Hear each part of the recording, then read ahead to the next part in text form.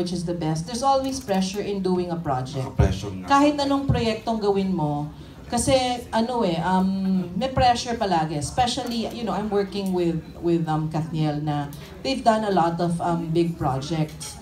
But yung importante dun kasi is hindi yun ang nangingibabaw kapag gumagawa ka ng project. Kumbaga sa umpisa, it's good that you are aware of what the expectations are, kung ano yung hinahanap sa kanila.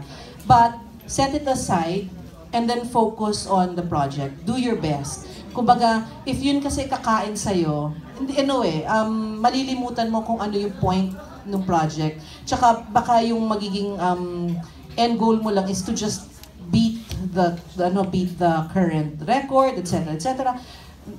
Those dapat tinatabi yun. Ang importante is focus on the characters, focus on the story, focus on what's needed dun sa kwento. And then, kung yan, and then of course, parang baby mo yan iniluwal mo na anak. So, no matter what happens, proud ka sa ginawa mo. Kasi alam mo, binigay mo, tinodo mo. And sila, kami lahat, it was, talagang tama yung sabi ni DJ, team effort ito, collaborative lahat. And talagang proud kami sa project na to because